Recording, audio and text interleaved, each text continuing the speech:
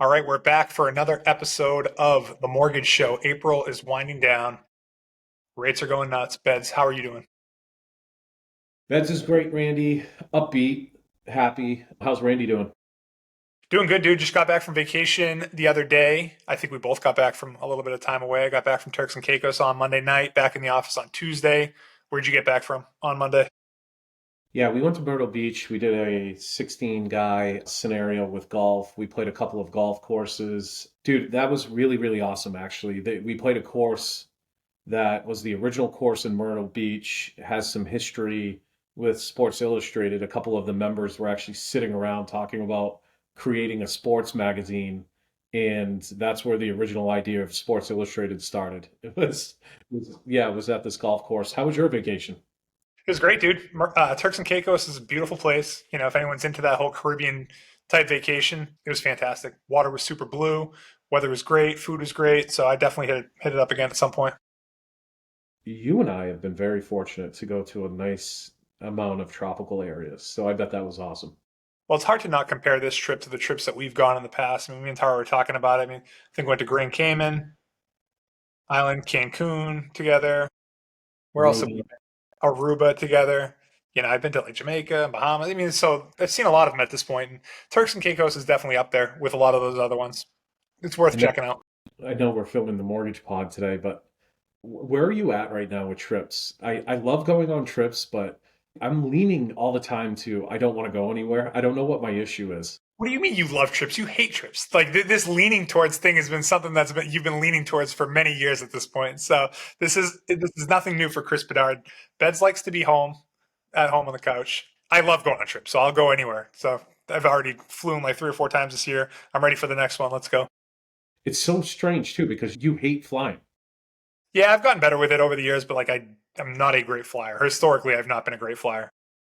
I am actually a very good flyer now, and I'm a very good drinking while I fly flyer. And dude, my first thing is to make nice with all of the stewardess, and I don't know what it is. I'm Say on, stewardesses anymore, by the way. yeah. What should you say now? I think it's flight attendant, Flight but attendants. stewardess, Mad Men style, like back in the day. Like, Yeah. But dude, I think I'm on like 3 or 4 flights in a row, just hammering drinks, forgetting how long my flight takes, and being lucky where they never charge me. So shout out to all the stewardess not charging me. stewardess listening are not going to be very happy right now. So, Yeah. you want to talk about mortgages? Yeah, where do we start? Where do you want to go? All right. So today's Thursday, April 30th. This will go out tomorrow. Yesterday on the 29th. Well, I mean, we'll start with what we always do: the timely news about the Federal Reserve and what they decided with the federal funds rate.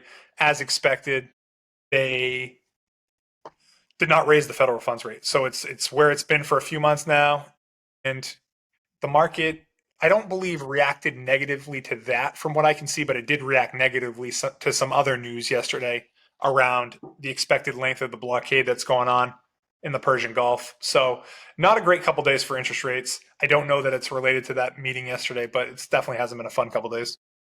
Yeah, I think it's a combination of both. I think the market too is like, we have been talking about rate cuts, rate cuts, rate cuts, rate cuts, and it just hasn't happened the last couple of Fed meetings between, the stuff out there and the lack of a lowering of prime. I think the market, that's a negative effect on mortgage-backed securities. I was taking a look at the chart prior to us hopping on this. We're just seesawing in this 150 basis point range, which puts us, interest rate wise, anywhere from like a half a point difference between all of the mortgage products. So it's like we just keep seesawing in this area. So where are rates going from here? You know what, man? I've been wrong for a couple years now. Just don't know. I like that they're lower though. It's not like we're worst case scenario like we were the last couple of years. Yeah, I mean, they're definitely better now than they were in the years past. So that's nice. It's just the expectation that people had back in February versus where they are now. That part's tough. I do tend to think, I mean, what do I know? Like you said, I've been wrong a million times. I mean, we're not definitely rate experts in terms of making predictions long term, but it does seem to me that the rates that we saw at the end of February are probably in the rearview mirror for a bit. Like everything that I see is just how, as long as oil, gas prices are what they are now, which is $100 a barrel, over $4 a gallon of gas, that we could expect mortgage rates to stay kind of where they are. And then the other things that you see are, I might have even talked about this on the last podcast, but nothing's changed my mind that, I think the White House said they expect the gas prices to be this high through the elections in November. And then talking about longer blockades, like there's nothing to make me think that rates are just going to automatically drop back down to the upper fives like they were in February, even if, things wrapped up in the Iran situation neatly in the matter of a couple of weeks. I feel like there's things that are going to linger for the next few months regardless. And everything that Randy's talking about is like outside things that continue to affect us in our industry. And, when you're talking about oil, just to reiterate what we've said a million times here about the cost of goods and inflationary stuff, when oil goes up, less money in our pockets as consumers, cost of goods go up to deliver, they turn around and pass that on to consumers. So inflationary type pressures are not good for mortgage-backed securities and interest rates. And we're sort of tight-roping in this tight-roping a fine line right now with this stuff. Yeah, Yeah. for sure. And I will say I've been surprised when we were talking about this off air, just how rates have not gone higher, all things considered. Because they shot right up to 6.5, I think, and in the past couple of weeks they may drop to 6.25, 6 3/8. Again, past couple of days haven't been great, so they might be back at 6.5. But I'm surprised they're not higher, all things considered. There's not great inflationary news coming out, like we talked about, like the idea of inflation going up because of high gas prices. That theory is one thing, but then when you actually see the inflation, where the higher oil prices and fuel prices haven't really even hit yet, just like the normal inflation over the past few months, that's already gone up. The jobless reports aren't as bad as what people are expecting. So that's another thing that makes you think that the economy is cooking a little bit. So there are these things that are putting pressure on rates to be higher. And despite that, they manage to stay where they're at. So I think it could be worse. It's been interesting with the job stuff, by the way, just as a random sidebar. It's like you cut all the fat in the government, and the private sector is actually recovering pretty nicely. If you take a look at what sort of partitions out those jobs numbers, it's the private sector is actually hammering right now, which is nice. Yeah. So one thing I've been talking a lot about with people is just the idea of refinancing. And I know you had a lot of these conversations too. And any of my customers that are listening, would know because I've been having these conversations all the time lately. It's like if you were thinking about refinancing a couple months ago and it made a lot of sense then, but the trigger wasn't pulled for whatever reason, you just felt like you needed an extra eighth or a quarter at that point. Now might just be the time to do it. Despite rates not being as good as they were back in February, they're definitely higher. I have people that are refinancing at rates higher than what they were back in February, but at the same time, it's like there is money to be saved. So it just might be one of those scenarios that if you're considering refinancing, but you think you're going to wait till the rates get back to the way they were in February, you might just want to just do it now. Just pull the trigger now. Start taking advantage of the savings that you could get, and not think about what savings could have been, because what could have been doesn't exist anymore. And I would just take what's available to you now, or at least consider taking what's available to you now. And if rates improve again in the future, you just refinance again. But there's no sense in waiting another 6, 8, 9, 10 months for rates to get back to 5.875 if they ever even do. Meanwhile, you're leaving $300 or $400 a month of savings on the table in that period of time. So, anyways, if someone's on the fence, it might just be time to pull the trigger, because I don't think it gets any better before the midterms. It's almost an exhausting thought at this point, predicting where they're going to go, when people should pull the trigger. I just listening to you, I agree 1000%, because as I'm thinking about scenarios from a year ago, 2 years ago, and 3 years ago, when I was talking to people about refinancing, it's just half of them, three-quarters of them didn't even pull the trigger. I still have people sitting above 7% waiting for it to go below 6. And I'm just like, this is 3 years now that you could have taken advantage of three-quarters of a rate adjustment. So I don't know. Yeah, for sure. It's definitely tough, and there's definitely costs associated with refinancing, but I think that there's still some money to be saved for a lot of people that are just kind of hoping for a rate that's not going to kind of get back there anytime soon. I don't have any reason to think that rates are going to be back in the fives in 2026. Again, could be wrong, and hopefully I'm doing a little bit of a reverse jinx right now. But if there's some savings, just run the numbers. Reach out to Chris and I. So I want to get that out there. Any other thoughts on rates or the economy, the market? No, I think I like where we just went with all of it. I'm good. Okay, cool. How have you been seeing the market in general for buyers and sellers lately? So we're coming off an interest rate conversation, and I was thinking as you were going to introduce this topic of how much the other side has balanced. We're not we're not in this area where things are exploding. There's a little bit more leverage from the buyer's side.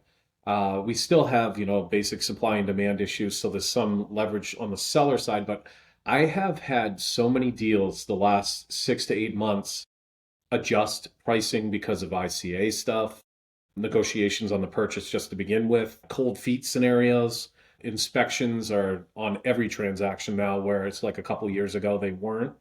I don't know what tips it further to a buyer's market. I guess the simple answer is supply and demand. If we had more inventory, there'd be less leverage for sellers. But I like it if you are a buyer.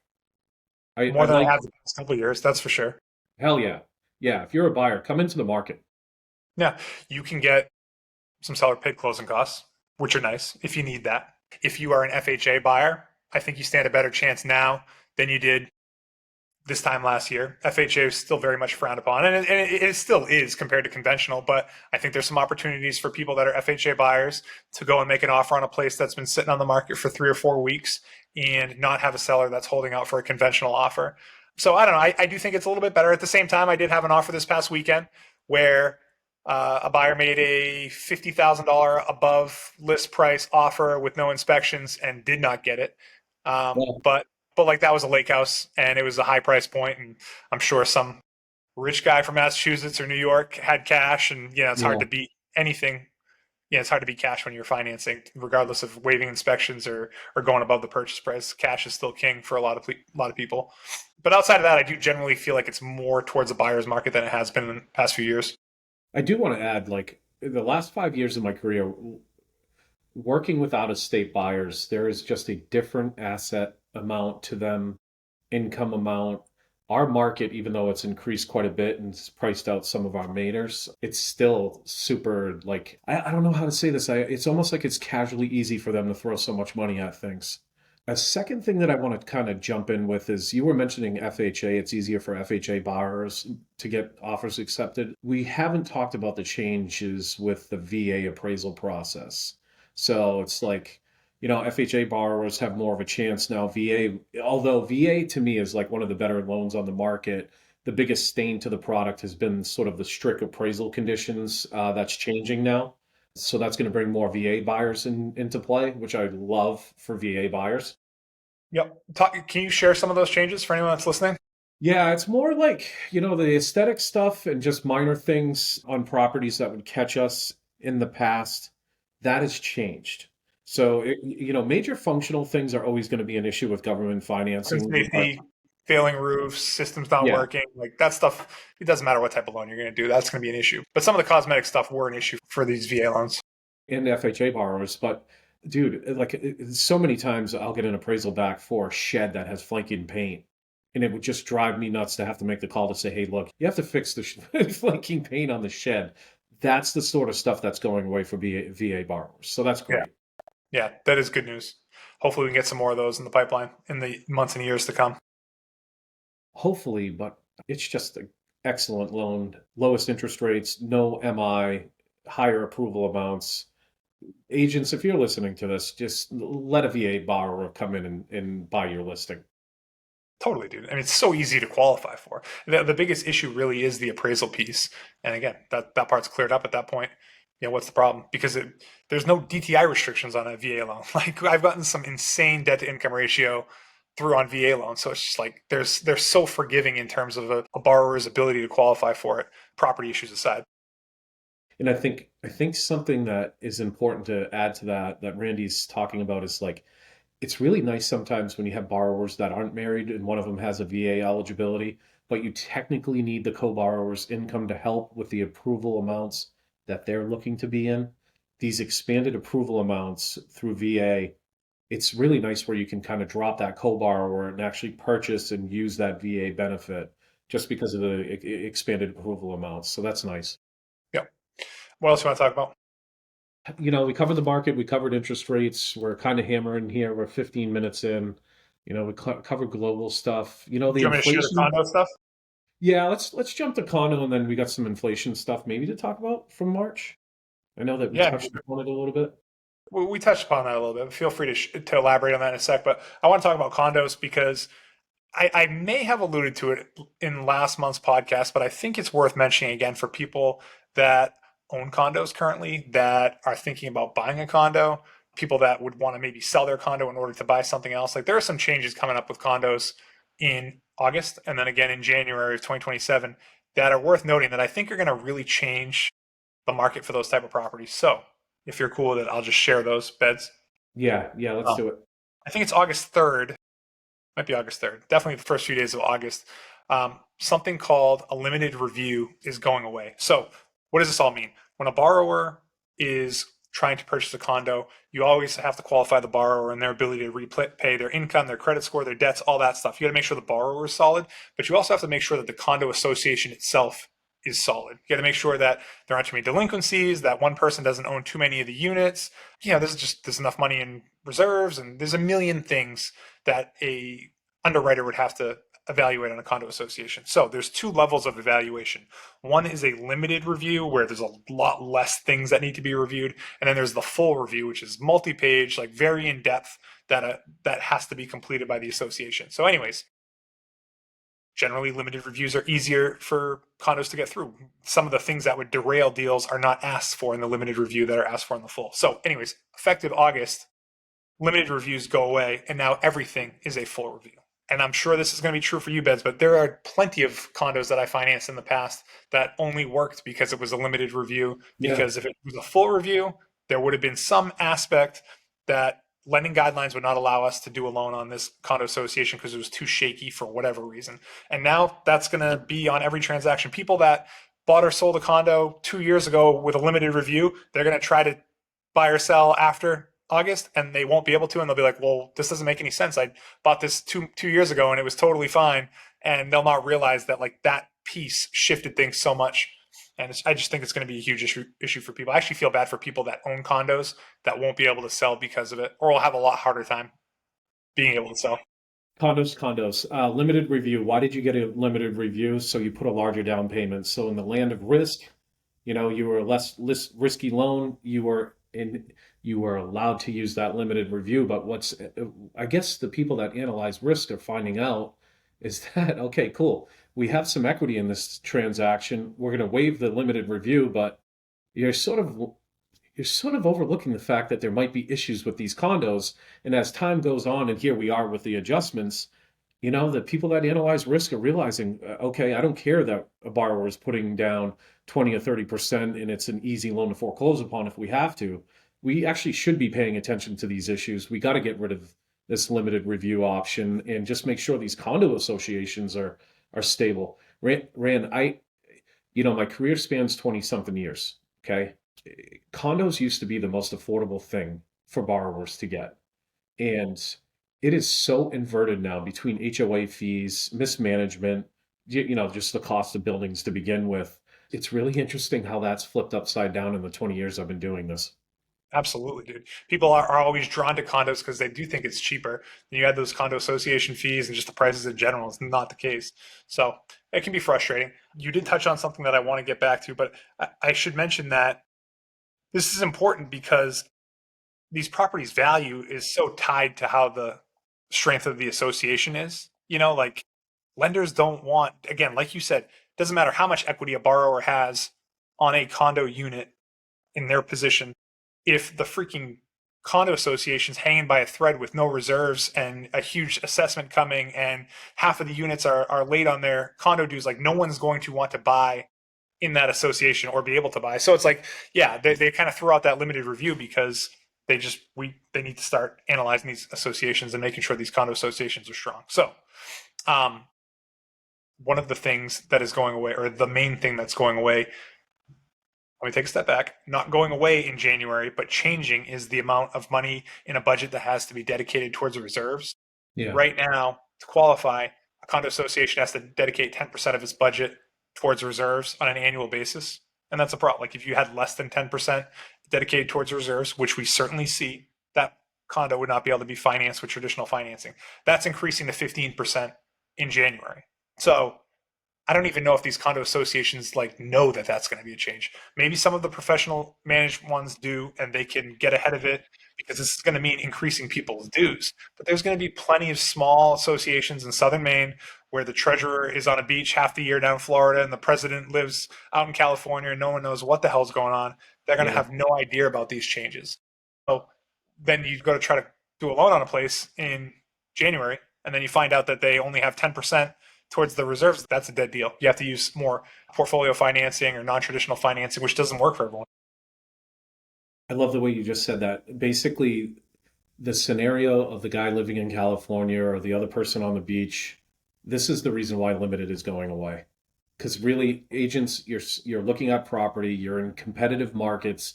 We know how it goes for you. You're trying to find something for somebody that they want. Here's the perfect property, but behind the scenes, what do you know about the condo association? You don't know much. You're just showing it for the first time. So a buyer's coming in, you don't know anything about the association, you don't know anything about the condo docs.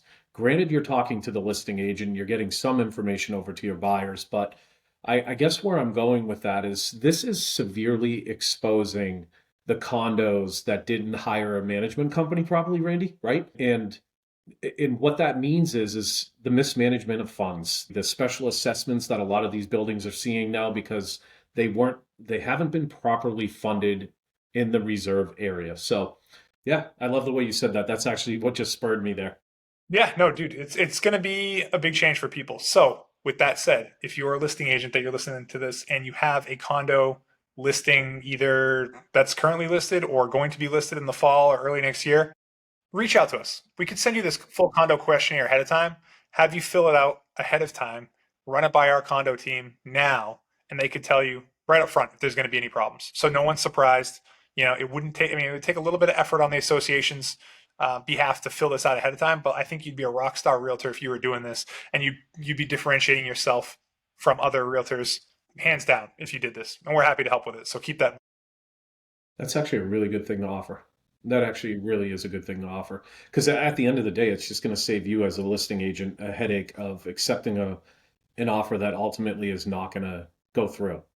Well, yeah, if you're a listing agent, aren't you doing a disservice to your seller if you're not looking at this stuff ahead of time and you're helping to guide your seller to accept a conventional offer on a place that's not going to qualify for a conventional loan? And meanwhile, you wasted probably 3 weeks because that's how long it's going to take for someone to fill out a condo questionnaire and find out these problems exist. Meanwhile, the property could have been sitting on the market with someone that could buy it cash or someone that could step in with a portfolio loan or some other type of non-traditional financing. So like, aren't you doing a disservice to your seller by not sorting this stuff out ahead of time so you can know what kind of offer you can accept when a buyer makes one? I don't know. That's what I think. Yeah, I like it. And also, if you, okay, so you don't want to do that. You're just taking this listing, there's pressure. I get it. You're just getting your listing. Let's go with that philosophy. If you could at least for the lenders know the president's name, the president's phone number, and email, that would be great. Randy, so I've had two condos recently go on a contract. In my attempt to talk to the listing agent to get those three pieces, I'm 0 for 2. Yeah, that's hard. It's hard to track down that information, harder than it should be.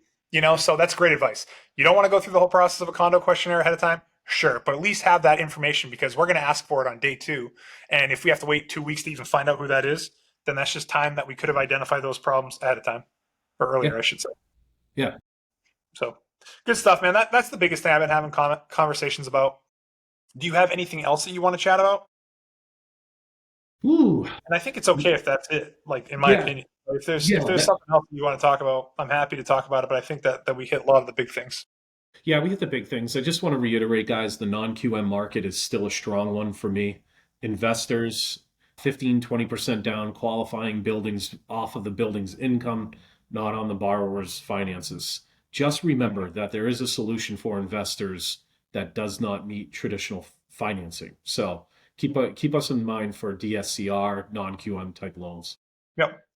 And I've been, while we're mentioning just some stuff that we've been doing a lot of just investment properties in general. So just know that we do those. I mean, in this case, I'm using our portfolio product to finance a short-term rental in a orchard. So like we can do the DSCR stuff, which is great. We can do more normal type loans on investment properties, doing second homes, doing recasts with people. I mean, we're always busy with all kinds of different things, but keep us in mind for any of your mortgage needs. Any pickleball updates for us, Beds? Because I don't think we have one. Pickleball updates. So I think the last couple times, man, you and I have been playing well together. Well, I think we've been cooking, but it's been like 3 weeks. It's been Yeah, three I weeks. forgot what it feels like to even play pickleball because it's just vacations and then Tuesdays and just it's been busy. want everybody to know Randy and I are going to go pro in a couple of years. That's all you need to know. You heard it here first. Actually, this pickleball thing is awesome. I was thinking about it today. I think it's so great that you got me into it. I know I was a little late to the dance. I'm thankful that it's created a bigger network of people that I know, which I love. I love people. I feel healthier, man. So thank you for that. Thank you for your encouragement with that. And also, I think for our consumers and our real estate agents, dude, guys, we're staying healthy. Our minds are healthy, our bodies are healthy, and we're just moving. We're moving better, I think. Definitely. It's been great, man. So we'll give everyone more of an update next month. We got a few more weeks back under our belt, but we've been on vacay for a bit. I talked to Daly today, and he's like chomping at the bits to play. He's in the psycho area of I want to play pickleball every day, and which I am also. Yeah. Well, hopefully next week. So I guess this is where we say thanks for listening, huh? Yeah. Thanks for listening. Reach out if you guys need anything, and we will be back next month. Thanks for listening, guys.